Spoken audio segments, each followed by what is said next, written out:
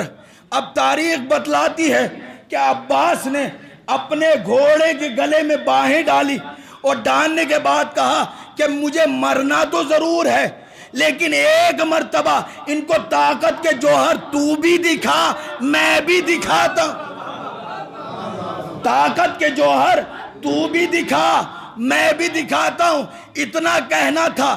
تاریخ نے لکھا کہ عباس کے گھوڑے نے اگلی ٹانگیں اٹھائیں، اٹھانے کے بعد فضا میں آیا، نیزوں کو عبور کرتا ہوا لشکر کے اس پار پہنچا، اور جیسے ہی پہنچا ہے اب جو ٹوٹے ہوئے نیزے سے وار کیا، تاریخ نے لکھا ایک نہیں، دو نہیں، 100 نہیں، 200 نہیں، 3000 سپاہیوں کو واصل جہنم کیا۔ 3000 سپاہیوں کو عباس نے واصل جہنم کیا۔ آپ تعداد اٹھا کر دیکھ لیں کربلا میں کس نے کتنے مارے، یا تو حسین نے سب سے زیادہ مارے تھے یا پھر عباس نے سب سے زیادہ مارے۔ آج ہم اسی کا غم منانے کے لیے بیٹھے ہیں۔ سنیں گے زدارو، جب یہ قافلہ مدینے سے چلا تھا، اور جیسے چلا ہے ابھی مدینے سے کچھ ہی دور چلا تھا کہ تاریخ نے لکھا کہ عباس کی نظر مدینے کی طرف پڑی، دیکھا کوئی بزرگ عورت ہے جو عصا کا سہارا لے کر چلی آ رہی ہے، قریب آئی، آنے کے بعد دیکھا کیا ام البنین ہے، کہ مجھے حسین سے ملنا ہے۔ امام حسین قریب آئے، اماں آنے کی زحمت کیوں کی؟ کہ مجھے تھوڑی دیر کے لیے عباس کو ادھار دے دو۔ اب عباس کو لیا، اور لینے کے بعد روضہ رسول پر آئی، اور آنے کے بعد کہا ہے عباس ایک ہاتھ روضہ رسول پر رکھ، ایک ہاتھ میرے سر پر رکھ، اور قسم کھا کر یہ وعدہ کر کے جا جب تک یہ بازو سلامت رہے گے زینب کی چادر سلامت رہے گی، زینب کی چادر سلامت رہے گی۔ یہی وجہ ہے کہ جب یہ قافلہ لٹ کر واپس آیا، اور کسی نے آ کر ام البنین سے کہا زینب کی چادر چھن گئی، تاریخ نے لکھا ام البنین کو غیظ آ گیا، عباس کا دودھ نہ بخشوں گی۔ کسی نے کہا اے عورت یہ نہ کہے، اس لیے کہ پہلے عباس کے بازو کٹے، بعد میں زینب کی چادر چھنی۔ سنیں گے عزادارو، تاریخ نے لکھا کہ جب 10 محرم ہوئی، آپ صبح سے مصائب سن رہے ہیں، 2-3 جملے سن لے اور عبادت تمام ہے۔ تاریخ نے لکھا کہ جب صبح نمودار ہوئی ہے تو تاریخ بتلاتی ہے عباس نماز صبح کے بعد ہی مولا حسین کے پاس آئے، اور آنے کے بعد کہا مولا مجھے جنگ کی اجازت دے دے۔ اب جملہ سنیے گا دل تھام کر، کہ مولا مجھے جنگ کی اجازت دے دے۔ میں ان کو بتانا چاہتا ہوں کہ 3 دن کا بھوکا پیاسا کس طریقے سے جنگ کرتا۔ یہ ہمارے ضعیفوں کو مارنا چاہتے ہیں، یہ ہمارے جوانوں کو مارنا چاہتے ہیں، ان کو نہیں پتا کہ ان کے لیے عباس ہی کافی ہے۔ تاریخ نے لکھا کہ جیسے یہ جملہ کہا، مولا حسین نے کہا بھیا مجھے تلوار دو۔ جیسے تلوار لی ہے 2 حصوں میں توڑا، اور توڑنے کے بعد کہا عباس اگر جنگ کا ارادہ ہے تو مدینے چلے جاؤ، ہم یہاں قربانی دینے کے لیے آئے ہیں، جنگ کرنے کے لیے نہیں آئے ہیں۔ ارباب اعضاء، تاریخ بتلاتی ہے کہ عباس ہر لمحے کے بعد، ہر گھنٹے کے بعد مولا حسین کے پاس جاتے اور یہ کہتے مولا مجھے لڑنے کی اجازت دے دے، مجھے لڑنے کی اجازت دے دے، حبیب مر چکے ہیں، اونو محمد مر چکے ہیں، قاسم مر چکے ہیں، مولا مجھے لڑنے کی اجازت دے دے۔ ارباب ازا وہ وقت بھی آیا کہ 3 ہی مرد موجود تھے جو جنگ کے لیے آمادہ تھے. ایک تھے جناب علی اکبر، ایک تھے حضرت عباس، ایک تھے حسین مظلوم. ارباب ازا اب عباس علمدار آگے بڑھے، ہاتھوں کو جوڑ کر کہا مولا مجھے لڑنے کی اجازت دے دے. ارباب ازا مولا حسین نے کہا میں تمہیں کیسے مرنے کی اجازت دے دوں، اس لیے کہ جب بھی یہ اشتیاق ہوتا تھا کہ اپنے باپ کے چہرہ دیکھ لوں تو تمہارا چہرہ دیکھ لیتا تھا. ارباب ازا حسین کہتے ہیں اے بھیا تم تو میرے لشکر کے علمبردار ہو. ارباب ازا حسین کا بھائی عباس کبھی دائیں جانب دیکھتا ہے کبھی بائیں جانب دیکھتا ہے، ہاتھوں کو جوڑ کر کہتا مولا وہ لشکری کہاں جس کا میں علمبردار تھا. ابھی دونوں بھائیوں میں گفتگو ہو رہی تھی کہ خیموں سے الاتش الاتش کی آوازیں آنے لگی.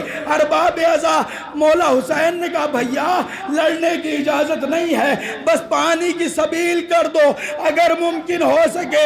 ارباب ازا حسین عباس خیمے میں آئے، آنے کے بعد آواز دی اے سکینہ اپنا مشکیزہ لیا. ارباب ازا مشکیزہ لیا اور لینے کے بعد گھوڑے پر سوار ہوئے. ابھی عباس چلنا چاہتے تھے، اب حسین نے روکا اور روکنے کے بعد کہا عباس کچھ لمحے کے لیے ٹھہر جا. اپنا پرچم کو نیچے کر. عباس نے پرچم کو نیچے کیا، اس پر لکھا ہوا تھا نصر من اللہ فتح قریب. مولا نے اسے مٹایا، اس پر لکھا انا للہ و انا الیہ راجعون. ارباب ازا اب عباس دریائے فرات پر پہنچے، مشکیزوں کو بھرا. تمنا یہ ہے کہ کسی طریقے سے پانی خیام میں پہنچ جائے.